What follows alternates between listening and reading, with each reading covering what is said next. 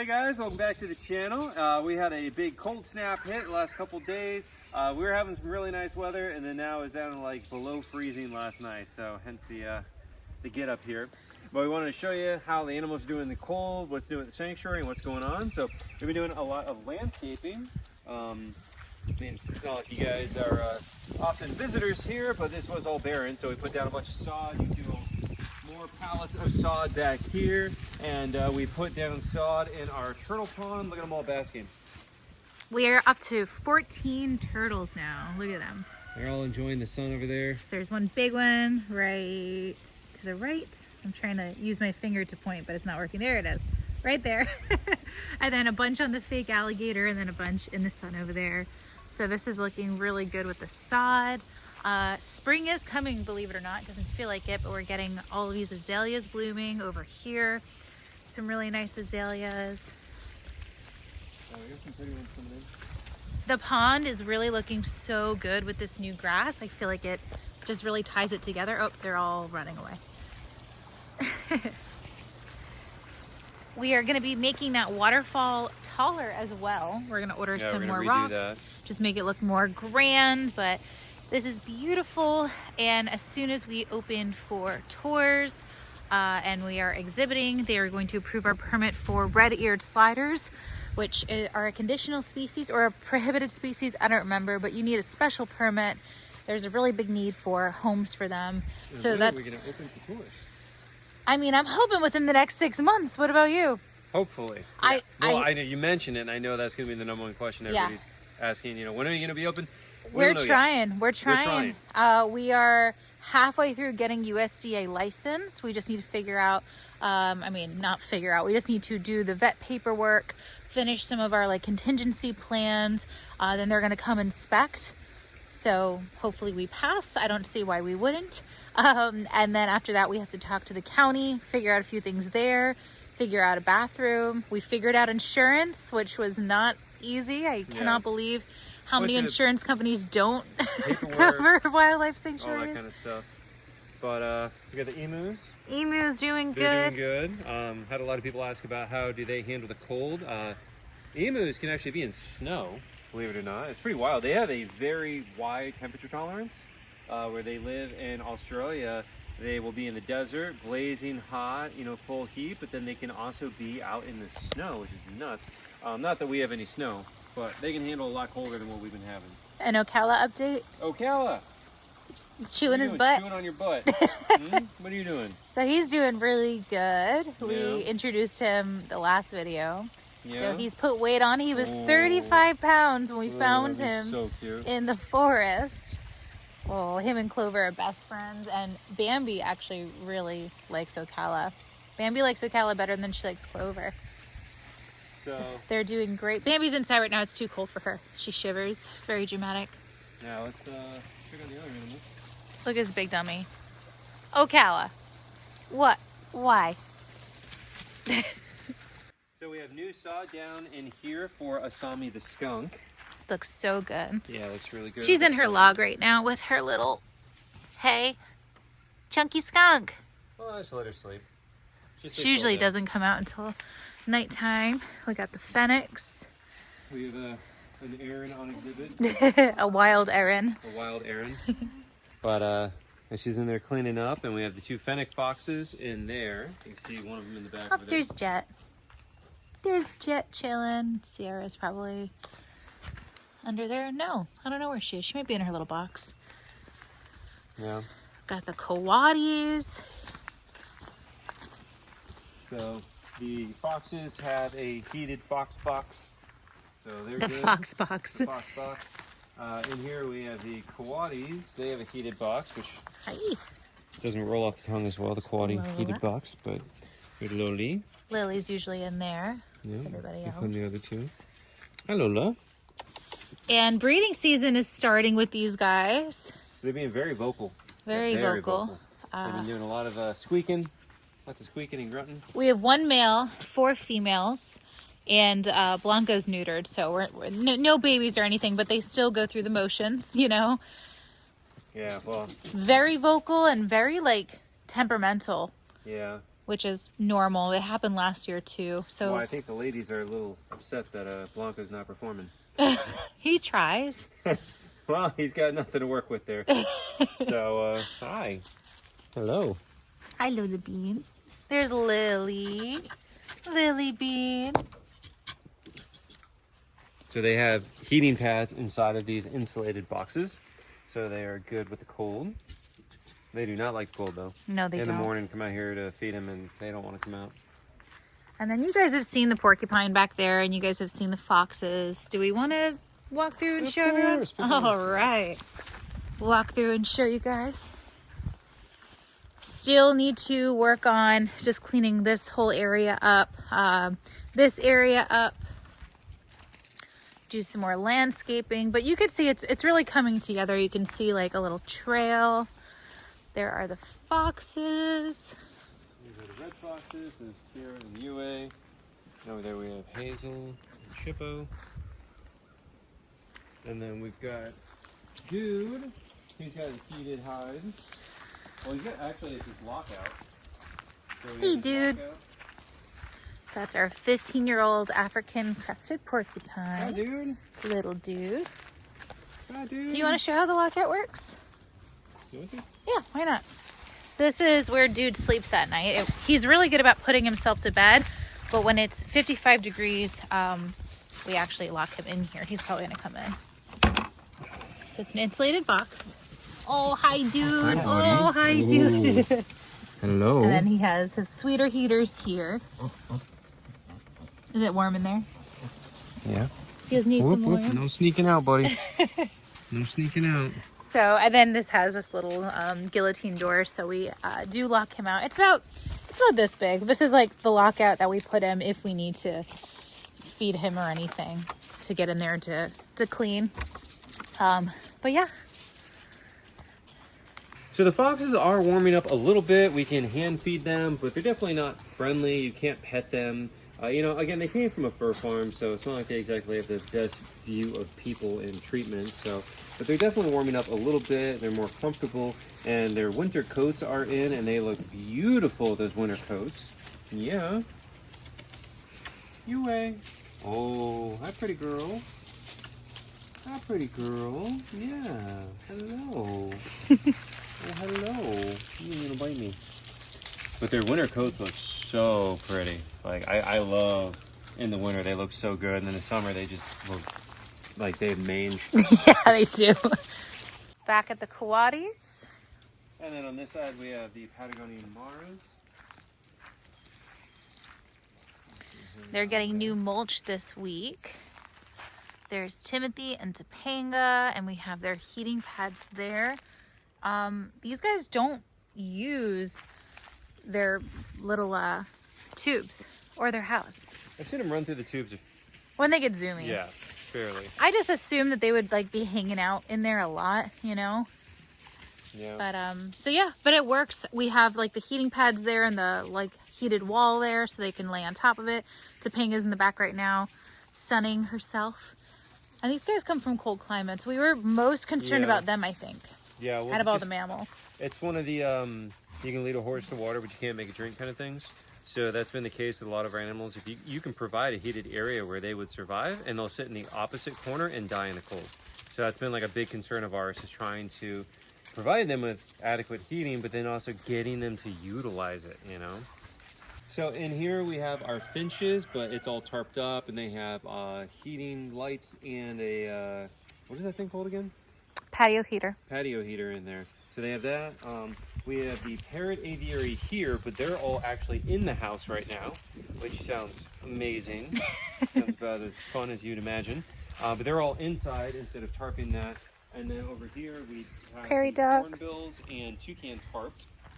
And then there are the prairie dogs. So in the cold weather, the prairie dogs just go underground, and they're totally fine. You know, they cuddle down there. We give them lots of hay, and they bring it all underneath. We should give them more today, actually. Yeah, they go down in the burrows to the hay, so they're good. We try to catch them to bring them in, and they don't want to be caught, so we just they're fine outside. But yeah, softbill aviary, so toucan, hornbills, and then Rocky, Jumanji in here, who has new sod. Yeah, his looks really good. Again, guys, like the whole thing kind of looks like crap because, you know, we are landscaping, renovating. We've got bricks over here. We have sod pallets there. We kind of have stuff all over the place because, again, we're not open to the public yet, and we're definitely working on trying to build and make everything better. But this looks way better with the sod. Well, if you just ignore his house, look how good the on, grass looks. We're doing some renovations on his house, actually. We're actually going to be taking that entire thing apart as soon as it's warm enough and fully insulating top, bottom, adding more heat. This worked really well last year. And then this year, it was just cold for like brutal. It did not warm up for 2 weeks, and we just don't think he's in the 20s at night. Yeah, so when it's in the 20s and he doesn't even have a chance to warm up, because 20s is the low and 50s is the high, which is very unusual for Florida. It's just not getting warm enough. So our handyman just kind of built that second level, and we actually put a patio heater in there, and that was warming it up, but it's just not sustainable. So we're gonna be redoing that. Yeah, and it's gonna look really good. But look how good this grass is looking. Not only does it look good, he eats it. Yeah. So it's great for him. Let's show the other new tortoise habitats. Again, stuff kind of everywhere. Still in the process of, you know, cleaning up. These are materials being actively used today on building. So this is our new little enclosure. It's like what, 20 by 15 probably. It's pretty big. This is for our Russian tortoises. We have 2 Russian tortoises. And then we also have just Which are not in here right now. Yeah, everyone's inside. And then we also have 2 small redfoot tortoises, and we got a new small leopard tortoise. And usually we don't like cohabiting species, but they're all so small and it's such a big enclosure. Yeah. It just works. The redfoots are too small to go with the big redfoots. Let's show this new house. I'm excited for this. Well, it's still under construction, but it will be done by Monday. So this is like their little heated house. So a little heat pad's gonna go in there. Insulated walls. Yep. And that way, just like we have the redfoots have a bigger version of this. So we slide the door open, and then they can, hopefully they will learn to go in and out on their own. We might need a little half step for them. Yeah. 7 out of 8 redfoots have learned to go in and out on their own. Yours the tortoise, and that's the one that was originally from up north where it's cold. So yeah, but so even when it's not cold, obviously this is gonna we turn off the heat and then they just go in and out of here on their own anyways. You know, so that's a nice happy place for them to be able to go and sleep and get out of the rain or whatever they want to do. But yeah, so I think it's a really cool addition on there, and then plug it in and boom, it's heated, you know? And then we're also moving over here. We're gonna put the Aldabra tortoises. So again, they're all inside our reptile building right now in the warmth. But we are expanding our tortoise area over here next to our natural lake, as you can see behind me. And I think this is a much better area for them. It gets a lot more sun coming in at that angle, so they'll be a lot happier over here. Yeah, if you guys have been following us for a really long time, 2 years ago when we first bought the property, this was the first enclosure that Chris and I built together. And we wanted it super close to the house, so, you know, like we could look outside and see them, but it just wasn't getting enough sun. So this is definitely a much better area. I think we're also going to sod this, right, for them so they can eat it, possibly. Yeah. So it looks really good. I mean, you guys can see how much sun it's getting already, and it's not even like the peak of the day. And then this is going to be probably moved back here, so it's more hidden, but this is probably going to be their heated hide. Yep. I think that's a good size for 2 juvenile Aldabras, you know? But yeah, do you want to talk about running the electrical and running the water and how much our electricity bill is a month? Yeah, so the winter's been rough, man. I don't think people realize these expenses. Yeah, we haven't gotten to the alligators and crocodiles yet, but basically the solution for cold weather for them is just keep the water on, because the water comes out of the well at 72 degrees, so that keeps them nice and warm. So even when it is literally 20 degrees out in the air, the water itself, if you keep it running, is staying, you know, around that 72 degree mark, and the crocs will literally sit right under the flowing water like it's a nice little heated pool for them, basically. But keeping that water running 24/7, and then also all the heating elements on everything, our electric bill, last cycle it had been tripled. This cycle, it is quadrupled from what it is normally. So yeah, it very expensive electric bill trying to run all this stuff and keep all these animals warm through the winter. It's yeah. And then obviously paying for all the new enclosures, running the electric out here, working on all this stuff. Like, it's a lot. Yeah.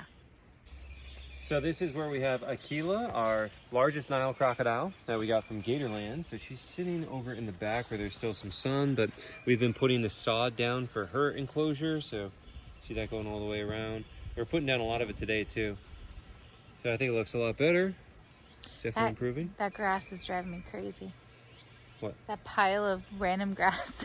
Oh. I know you like it, but it drives me nuts. Yeah, well, just wait until we have to And this random plant is also driving me nuts. It's like, it looks good. Drives me crazy.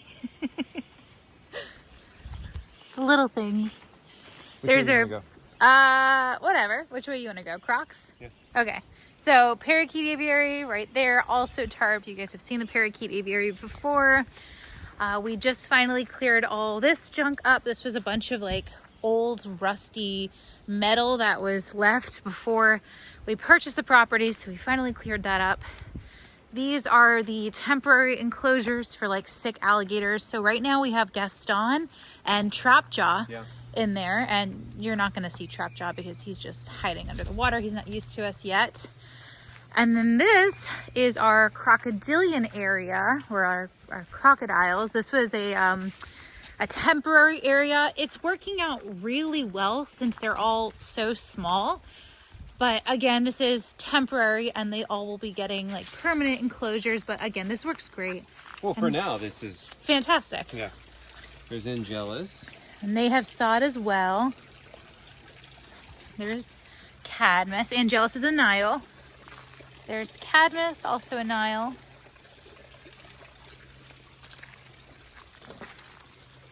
And then we have TikTok. She's out. Yeah, she is our Morlet's crocodile. She's back there. So cute. She seems to be the most temperature sensitive out of everybody. And then we have our smallest Nile, Lyra.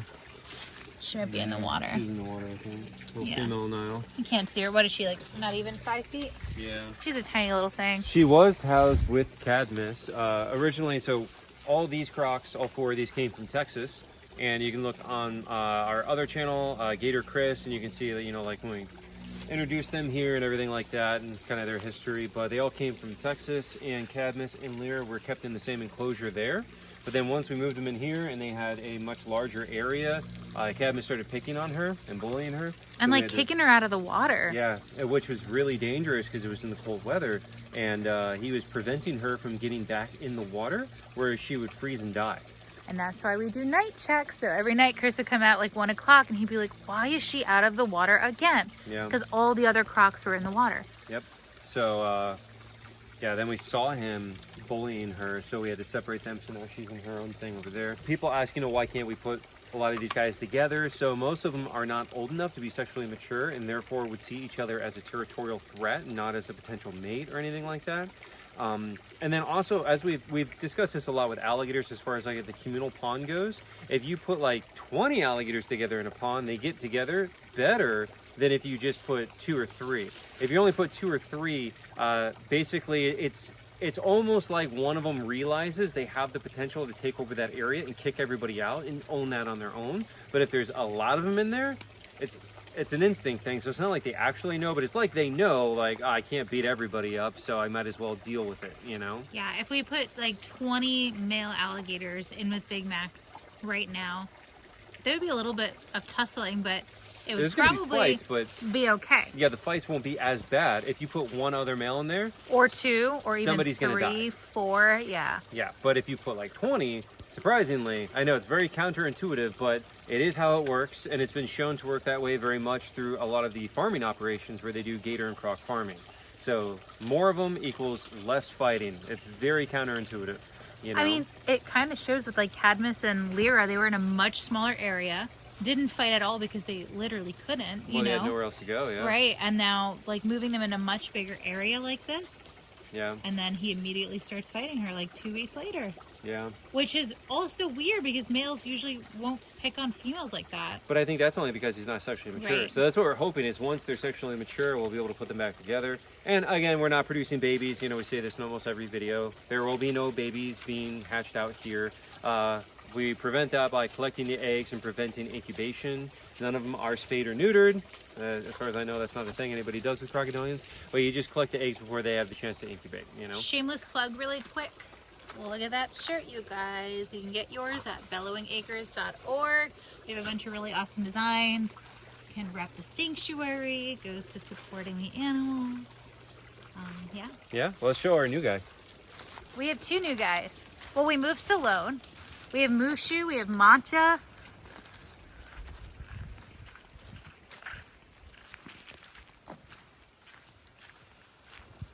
This is probably one of my favorite setups that we have.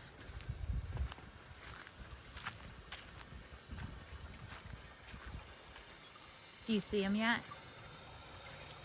He's always in a different spot. You never know where he's gonna be. It's kind of fun, you know? Looking for him every day.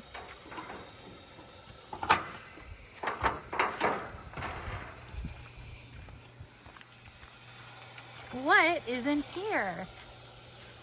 Well, assuming he's under here.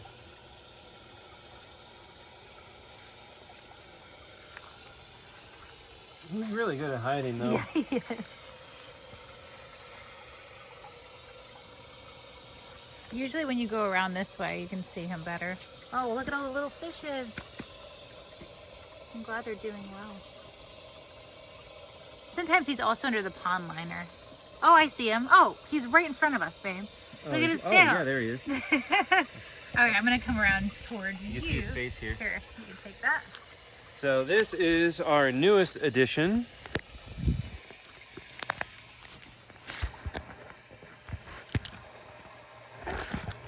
There he is.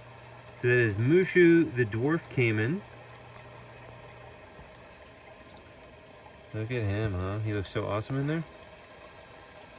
So he is a Paleosuchus palpebrosus, and he was just recently donated to us by our friend who had a very loving home and loved him very much, but had to unfortunately move. And so he donated him over to the sanctuary. So he's got this awesome habitat here. Looks really, really cool. Like I was saying, this is my favorite enclosure, and I wish we could do this for every single crocodilian. And why can't we? Oh, because they dig. So this is done with a liner, and we're hoping he's small enough that it's not going to become a problem. Although I did have somebody in California say that their dwarf caiman ripped the liner open with their teeth. He's like, good luck with that. So this is trial and error, guys. We'll see. But yeah, the big alligators dig, and you know, he might dig too, but because he's small enough, we're hoping that we can just use the liner. We've talked about it before. That's why we have to concrete everything up here. You can't just dig holes because it's sand, and you can't do a liner because the big gators will destroy it, and these liners are thousands of dollars. This liner was actually left over from our turtle pond, so it worked out really well. You can see he has... The liner for that is $4 grand. Yeah. So they're not cheap. So that's why I like this one, because it was left over, we're trying it out. And if it fails, whatever. You know, this was a leftover piece, but you know, that's a pretty big expense to have not work if you bought it specifically for this, you know? Yeah.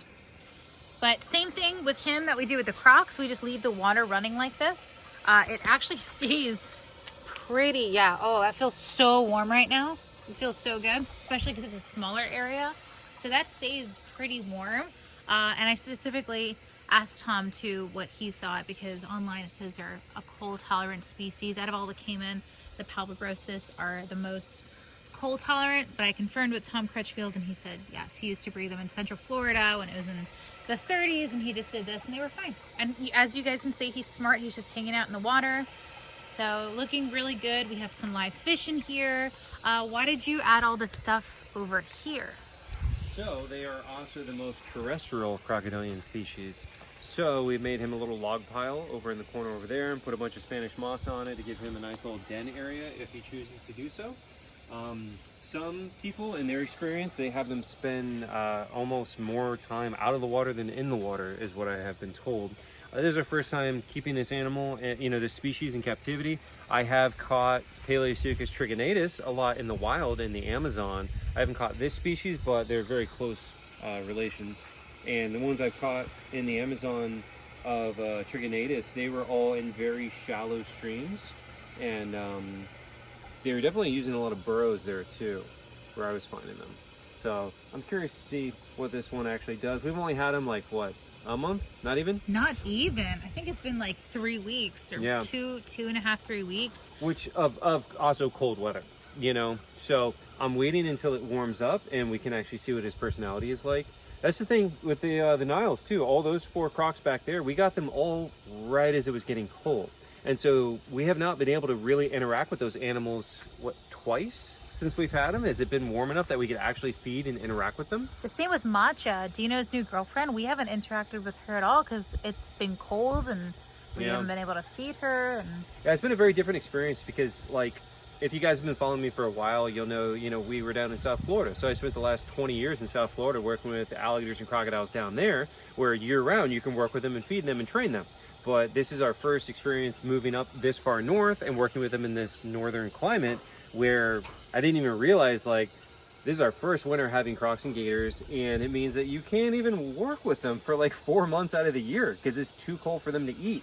Remember, they have to be able to thermoregulate. They have to be able to raise their body temperature high enough to be able to digest their food.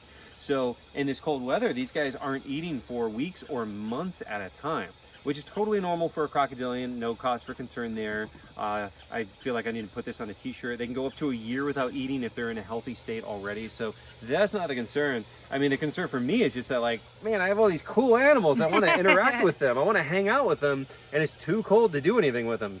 So I can't wait till it warms up. We actually get to learn their personalities. And like for him, see him come out, see what he does, if he's going to use the log pile. Oh, 100%. We already saw him last week on top of the waterfall. Yeah, like I said, every day he's somewhere different. Sometimes he's there, sometimes he's under the tarp, sometimes he's over here. But even so, it's still cold out. Yeah. So like I'm waiting for it to be hot and actually see what he wants to do with his time, He's so cool. I love him.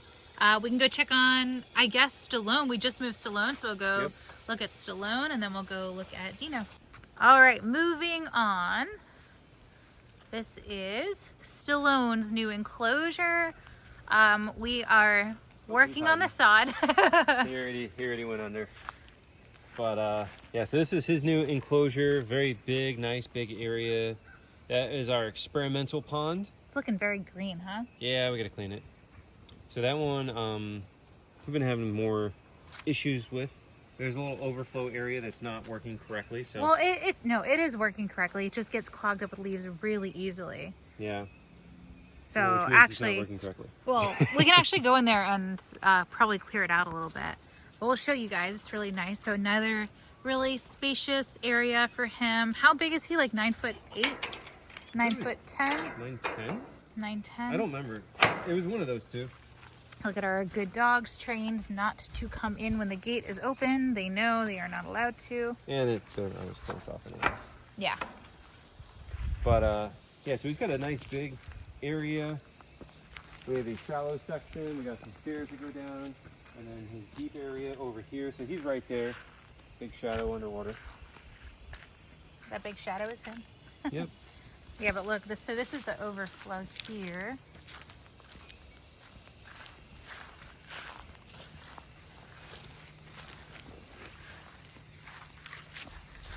And then it's this that keeps getting clogged. When I cleared it out the other day, this is clogged.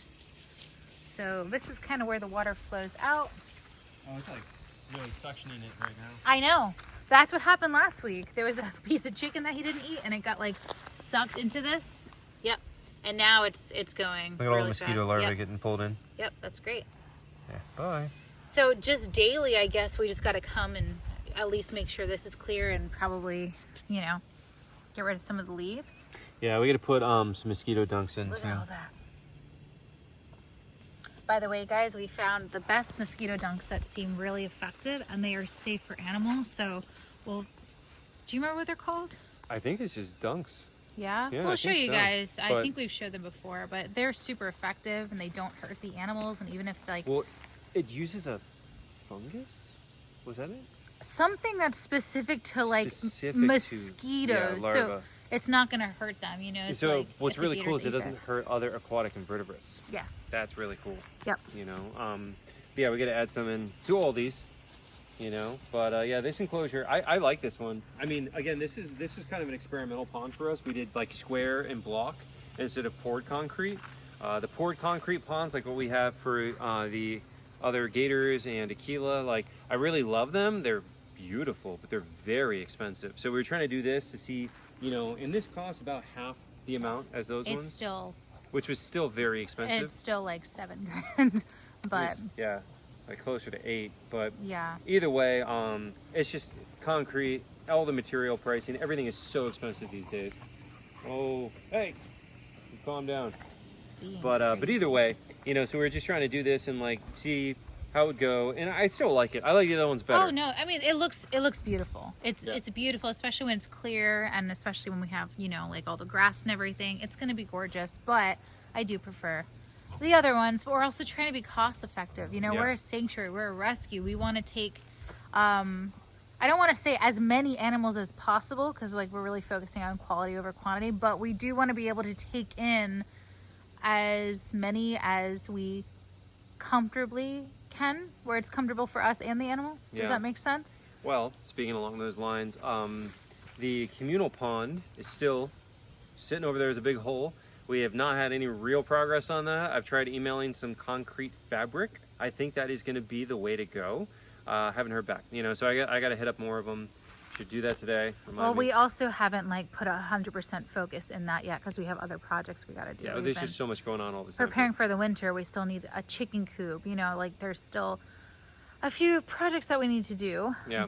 but I think we're close. I think we only have like a few more small projects before we have like we can dedicate all of our time, you know, to that. Let's go look at Dino. All right, so there's Mushu. This is Dino and Macha's enclosure here. This is like the trail. So Aquila's over here. Her mouth is open. Yeah. Yeah.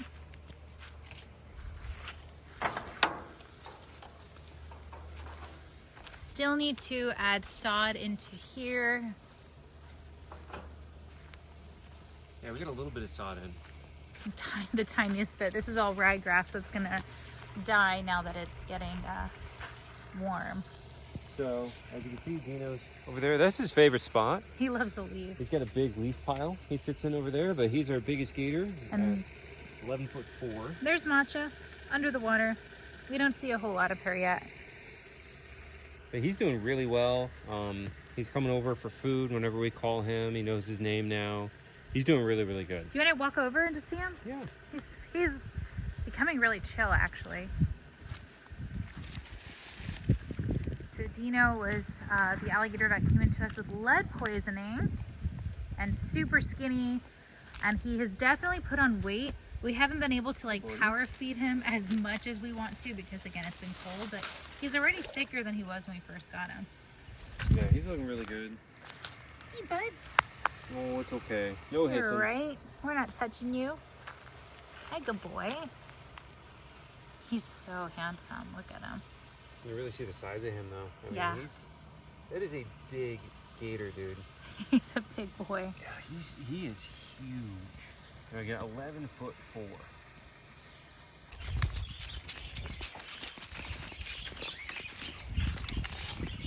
So this is the new filtration system for the 2 alligator ponds and Aquila's pond. So all 3 are hooked up in this whole mess of piping right here. So we've been trying to figure this thing out to get it to work. We have 2 UV filters there, brand new, and one of them's not working. So we're gonna have to do the warranty and replace one of those. And the idea is to try to cycle each pond for like 2 days at a time, give the UV shock and get rid of that algae.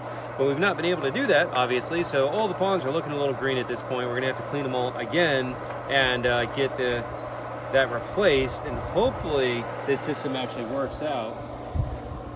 But what's really cool is we can drain them now with this. Yes. So we don't have to bring that huge gas pump. Yeah, it's a gas pump.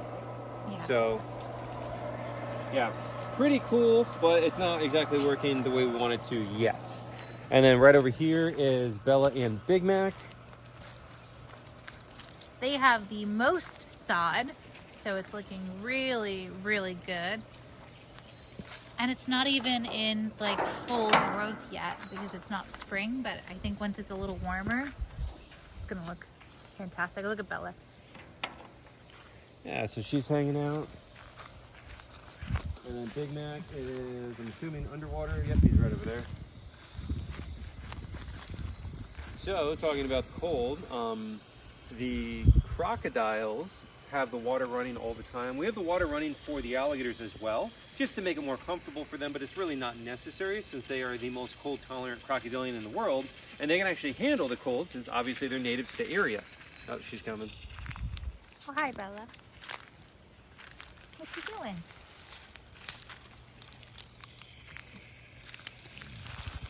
Hi, big girl. She's looking so good too. I got nothing. I have nothing for you. It's too cold to eat.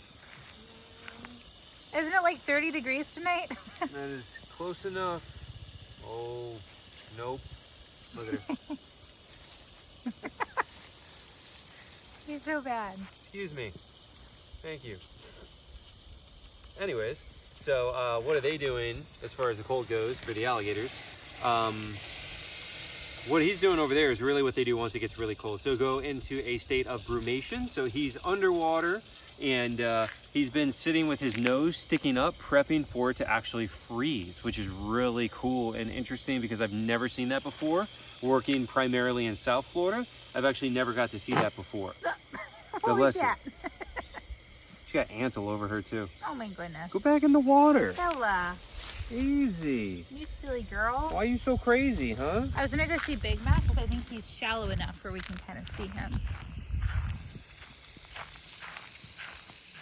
There he is. Oh, look at him.